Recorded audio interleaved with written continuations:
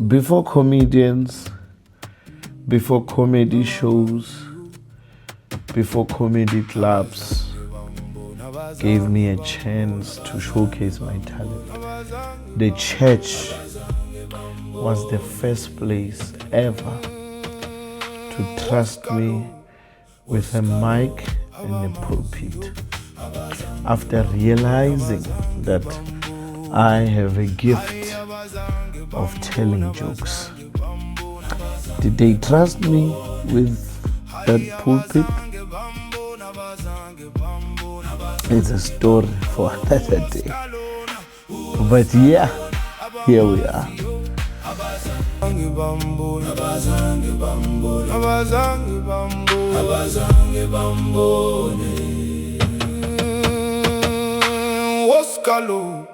Woskalo, abamazio, abazange bambone. Hai abazange bambone, abazange bambone. Hai abazange bambone, abazange bambone. Uoskalona, abamazio, abazange bambone. Omuhle lona, abamazio, abazange bambone. Welcome back. Okay, first things first. I owe you an apology. I know it took some time before I can give you episode number 2.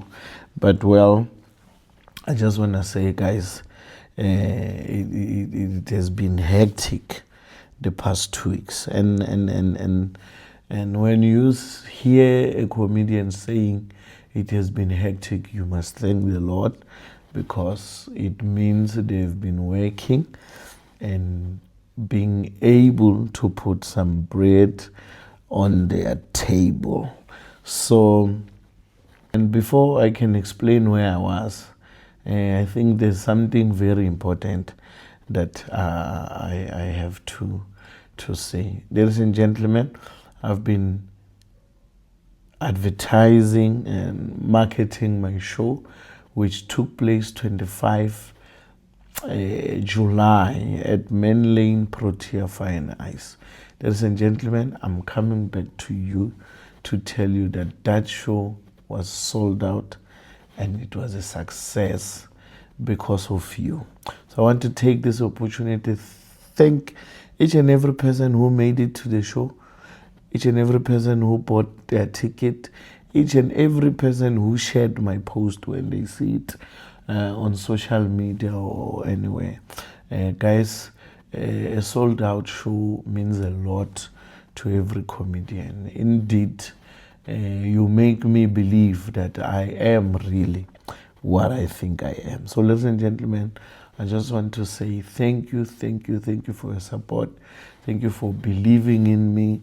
Thank you for being part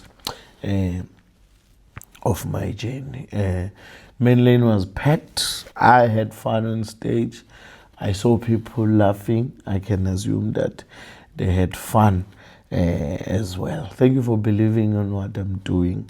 And I promise you more, it's still coming. From the bottom of my heart, I want to say thank you to you. So the reason why I took time to drop the episode, I've been busy, guys. In these past 4 weeks, I've done 2 shows with Dr. Baketlamini, Recharge Your Marriage. We did one in Pretoria, we did one in Bombela today. So I also had a gig with Duduzintul at Papama in Gwandebela. Papama, I think, pub and grill, and it was amazing. We had so much fun. I also had a gig with Skumba at Krugersdorp. So, guys, it's the place is called, is it Bond or the Bond? So it's a blessing. I'm not complaining. God has been good. So Ladies and gentlemen, let's get to it. Episode number 1, I explained how my wife inspired me to become a comedian because it will make me feel better always when I see her laugh. So I will try to come up with something funny just to make her laugh. But then today, I want us to talk about a place which played a huge role in my comedy career, and that is the church. The church, bazalwane.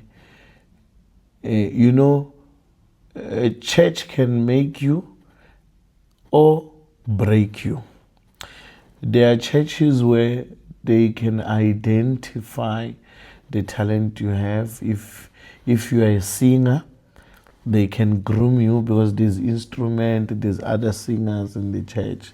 There's a mic and there's all that. There's people to listen to you.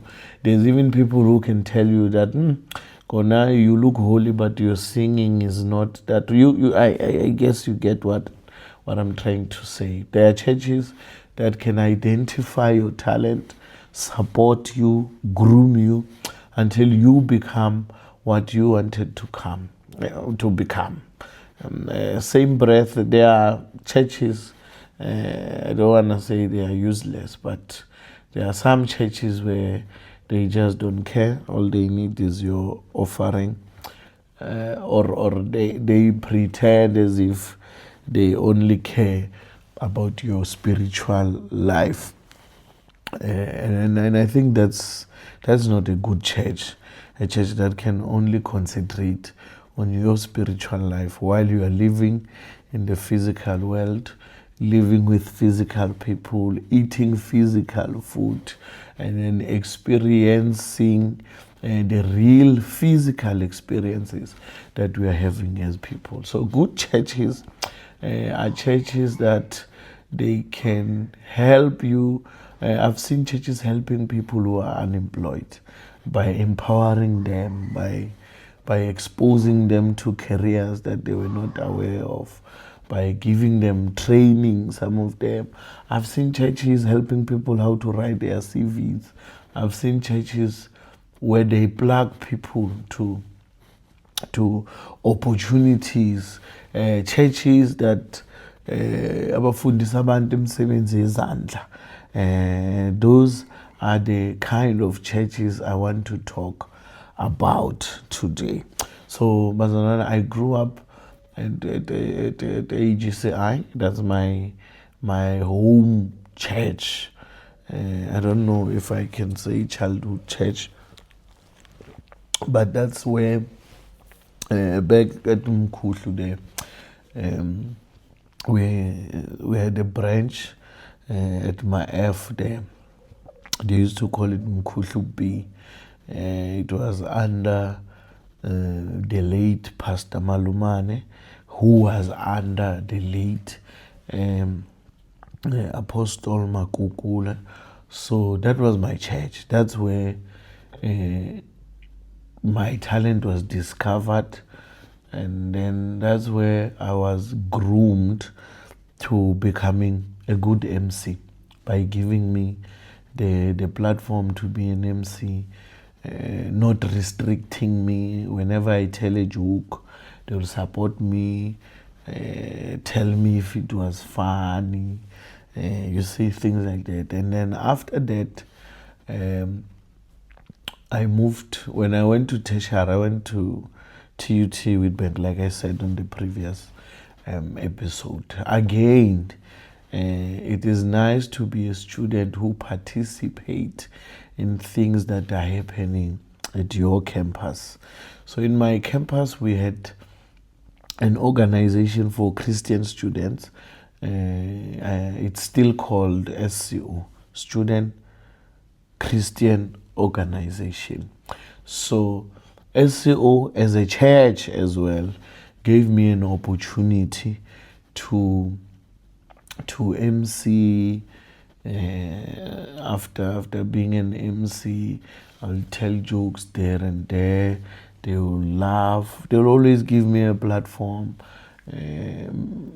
midweek services. They will make me MC. We used to even have services at Mabaling residence where the same SCO will utilize me. I don't want to say use me.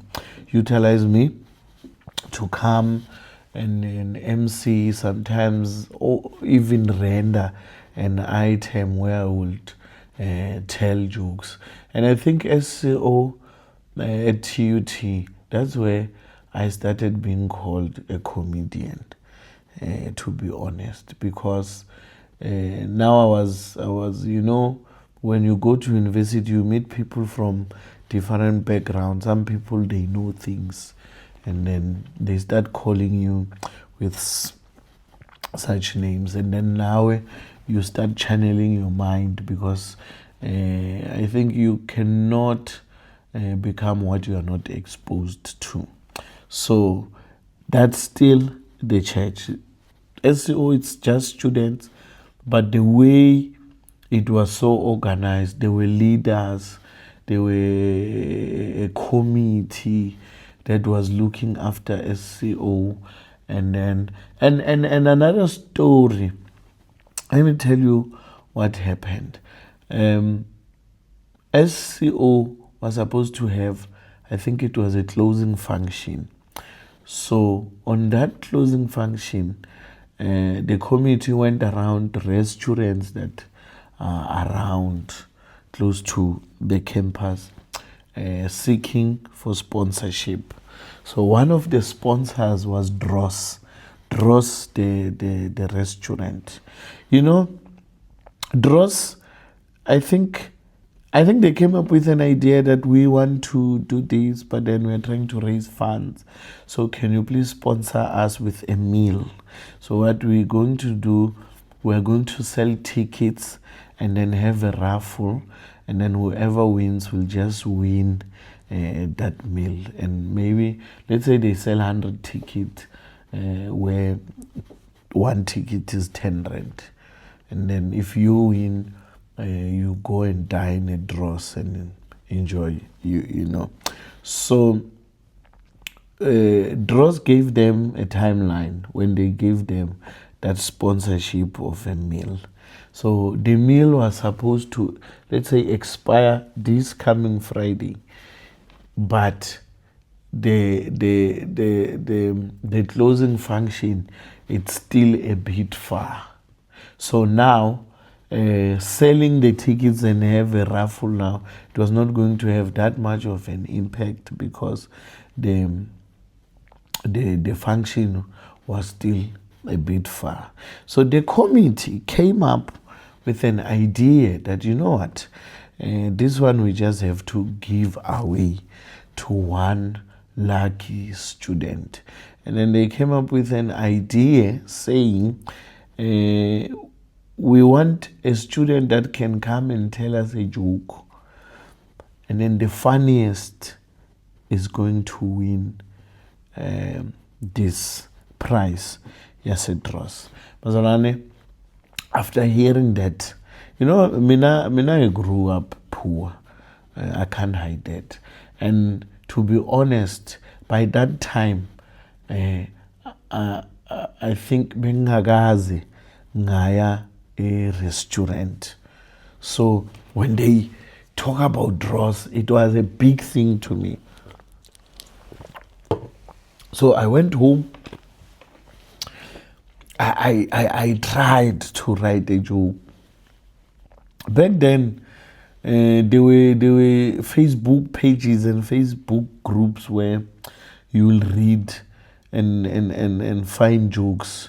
And because by that time, I can't say I was a comedian. I was just somebody who share jokes, not tell jokes.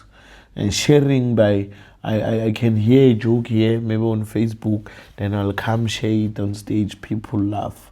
And I don't think even them, they will think it's my joke. But, something that is fun is fun. So I searched and I got this joke from Facebook. I think some of you will know it. I'll never forget this joke. The joke was saying, it's like somebody was having a wedding, and then they went to the person who were doing cakes and asked him to write a verse. And then, in the Bible, there's John, and then there's First John and Second John. So this person made a mistake because I think he wanted to write First John. I can't remember the chapter and the verse, but that verse, it's where it talks about love. Ne? That I think it's First John chapter blah blah. But it's something nice about love.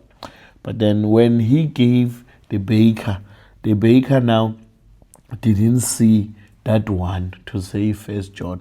The baker wrote John and then the verse. And then the baker went to the Bible and copied what that verse says and put it on the cake. And then now, so I would open the Bible and read the correct one, and then now read what the baker wrote. And then by mistake, the verse that the baker pasted on the cake, it's where Jesus is talking to the Samaritan woman, saying, "You are right, because you had 5 husbands, and even the one that you have now is not yours." That back then, that was fun. That will get people rolling. And then I won that ticket, your draws. I remember going to draws. I went with my friends. I went Abuzodwa Nkanyane, Samantha Mlilo, Sphiwe Mhlanga. Like we were a group, Abu Jane. Yeah, then we went to draws, only to find that at draws, what I won, it was not even a full chicken, Bazalwan. It was a half chicken. Even though they called it a bait, because it was too small. But we shared with my friends. I was so happy. And my friends, they made comments that, hey, now, sesidlema restaurant because of jokes umngani wethu. Now, that's how comedy was birthed in my heart.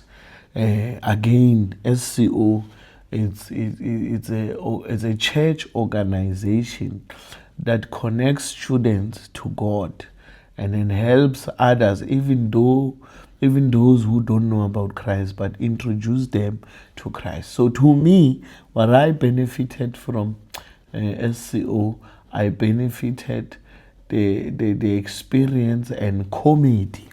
Me becoming a comedian. One last thing I'm not talking about things that I gained from SO, but I think it's worth touching. The next following year, I was not supposed to go back to school because of finances and all that. But SCO, because of the elections, SRC elections, they made me an art and culture officer because of these jokes. And then now that meant that the institution has to pay for my rest and pay for my fees. But that's a story for another day. But all I'm saying is that, Bazalwane, sometimes we go to church simply to be members, to worship, you arrive, you worship, you listen to the word, you say amen, then you go home. But I think, like I said, some churches, sometimes they underestimate the role that they can play in somebody's life. Like me, the church revealed to me what I'm capable of, the opportunity of becoming a comedian. Still on church and SCO. Now, as students, obvious, we did not have money, and obvious nobody was going on campus on Sundays. So it means differently we had to belong to a certain church.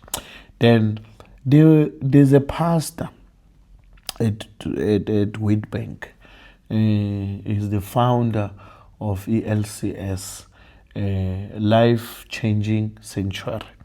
By then, bebambiza ngoPastor Makhudu. Now, I think now he's Apostle Makhudu. So I call him Daddy because this man, after discovering how I MC and the jokes and all that, this man made sure that he gets me proper gigs.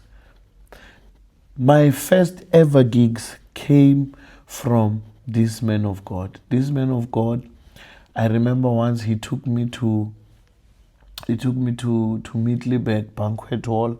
There was a serious wedding there. And then Pastor Jerry was driving super cars, like cars that they were just a dream back then to us. I remember he was driving a Range Rover. What sport? He came, picked me up at Res. And then we went to Middelburg. But it was my first time to be in the midst of such great people. Because in that wedding, Bishop Twala, like serious men of God. And then he got there, he said, he's going to MC. And I remember I was MCing this wedding with Mlungi Simula, the founder of Konke Khambagahle. And then from there, Bazalwan, the people who were attending that wedding, they made sure that when they have events as well, they would call me. They started booking me. That's how I started getting money from Commit. And then even in his church, he will invite me, use me. That's how I got exposed to gospel artists, because he was leading a worshiping movement which was powerful. I think my phone is the one that I'm shooting with there. I want this name, Basaran. I want this name because it's important for this. Yes, it was called Heart of Worship. And you'll never believe, Basanwan, a lot of our gospel artists that we have even today come from that group. So God gave him a heart of discovering gifted young people and support them up until they can stand for themselves. I am proof of that. If I can tell you, I've never given Pastor Makhudu any money, or even from a booking, or him demanded anything, or acting as my manager now. No, but he was doing all this out of his, and was on to a point that he would send taxis to come to our resident to pick us up every Sunday and take us to his church. Bazalwan, we were students. We didn't have money to say he's taking us to his church because we are giving. No. And today, from that group, you won't believe how many pastors that are leading serious churches today that came from that group that he was mentoring. So I'd like to take this time, if you will ever see this, and say, men of God, we appreciate you. We are aware of the role that you played in our lives. Or let me talk for myself. I appreciate you. Thank you for what you have done for me. And thank you for exposing me. Bazalwane, my first serious gig, it was Joyous Celebration. And guess what? Pastor Makhudu made sure. I was shocked when I got a call to say, come and do commit at Joyous Celebration. Joyous Celebration. And imagine such a big stage, and Mina I'm still not even yet an up and coming comedian, somebody who still trying. But today I'm a comedian, and shout out to Joy Celebration. Thank you so much for that opportunity. Again, church. Joy Celebration as well played a huge role, because after that gig, I took myself serious.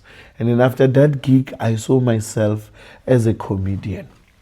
And then there's my church, my current church that I report to, El Shadai Praise Center, based in Emelo, under the leadership of Apostle Kambule.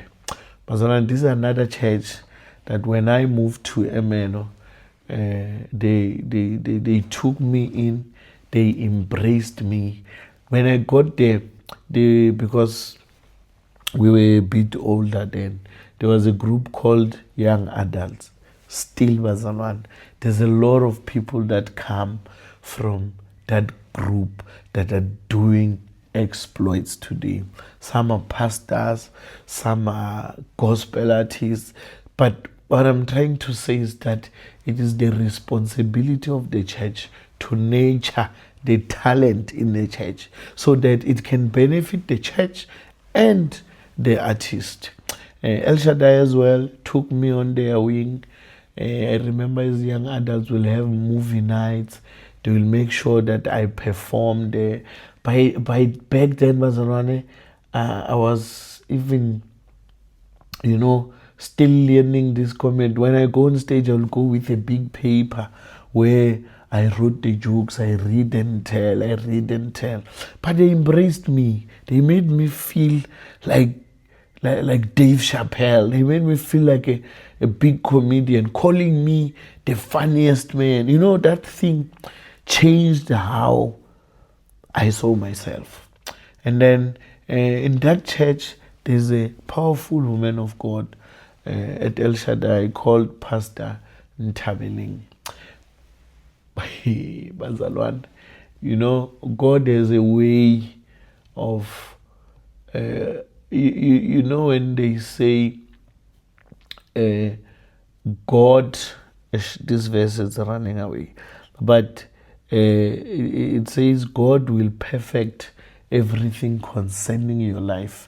And this verse was shared to me by the same woman of God I'm talking about, Pastor Ntabeling Mokhale.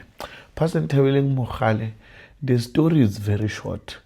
So, as I don't know what we were talking about, and then, because now with the young adults, I will stand there and do jokes.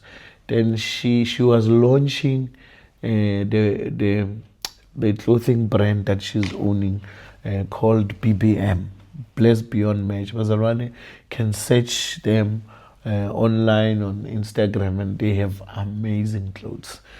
Clothes that speak on your behalf, clothes that declare on your behalf to tell the world that you are blessed beyond measure. It's unmeasurable.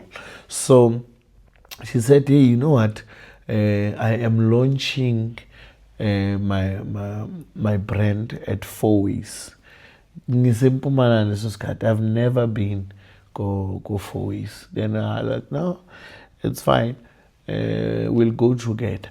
So she was driving an H1 then.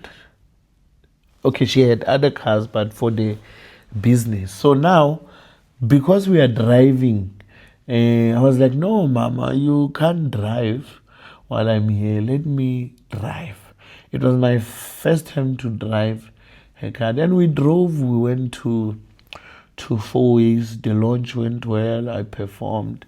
It was nice. And then from that day, because on the program I was written as a comedian, you see, now I'm starting to take my comedy journey serious because of people like Abu Pastor Ntabeling.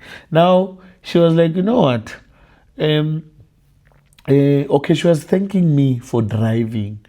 Oh, you're a good driver, black. I was like, Mama, nah, my wife is in Pretoria. Mina ngilaya emelo sometimes because then I was still training. I was not even employed, so I couldn't like do up and down going to Pretoria and that. Maybe I'll go once or shake. So I was like, no, most of the weekends I'm free. And then that's how we became a family. Then when there's gospel shows, we will go to showcase the brand, have our stall, sell the clothes. And guess what? Wherever we go, if there's a chance, she will talk to the organizers of the event that, hey, and I love how she sold me to people. She will say, I am riding with the biggest comedian in the country, the most funniest. If you can just give him 10 minutes, and was around, you won't believe. I will get stage time from some events. I remember we once went, and now I can't remember where was that place, but those sites bakhuluma khona isipedi, there was a party of one of like serious people, and then I will find myself doing those gigs because of people like that. So Bazalwan, I just wanted to say, if you are a church leader and there's young people that you are leading in your church, please take care of them. And I'm telling you, if you do, one day they'll come back taking care of you. There's so many stories that I can tell about Pastor Ntabeling. But to cut the long story short, we became a family to a point. Sorry. We became a family to a point.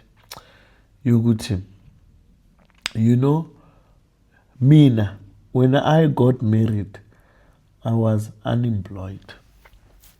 I was just an intern at Eskom. I was not getting paid enough money or anything. But I had a white wedding because of my church. El Shadai, our Pastor Ntabeling made sure that my wife has a dress. The church members, they offered their cars to transport my wife, some to transport me. But my wedding was beautiful. And I'm telling you, so our apostle, he's a marriage, abantu abashadisa abantu. I don't know what you call them.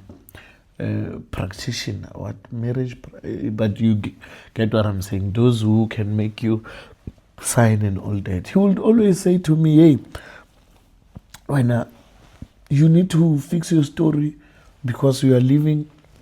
That's what the church needs to do. Taking care of its people. Now he saw that I live with a woman who is pregnant, but we are not married. And then as a father and as a leader, he got involved to say, what is going on?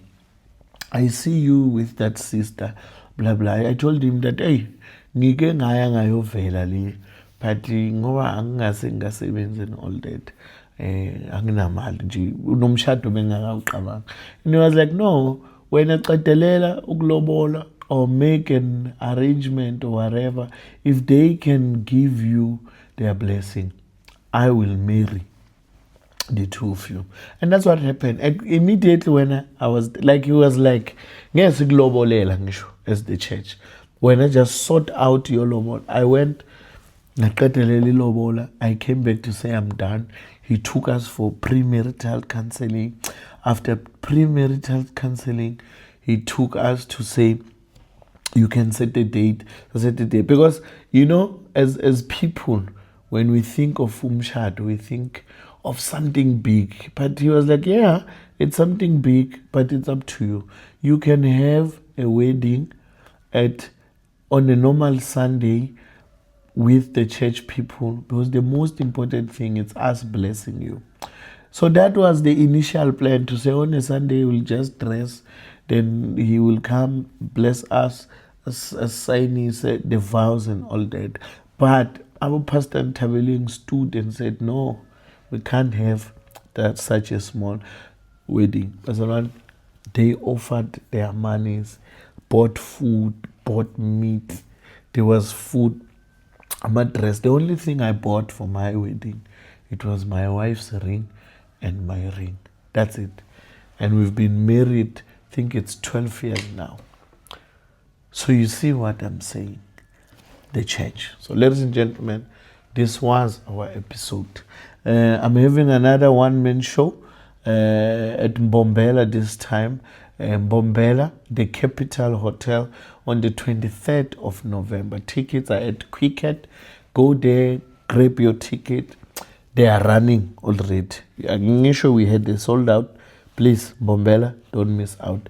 Let's meet there. And this episode is sponsored by Sense of Belonging, which is a perfume gallery based in Hammanskraal, but they can courier wherever you are. They sell amazing colognes.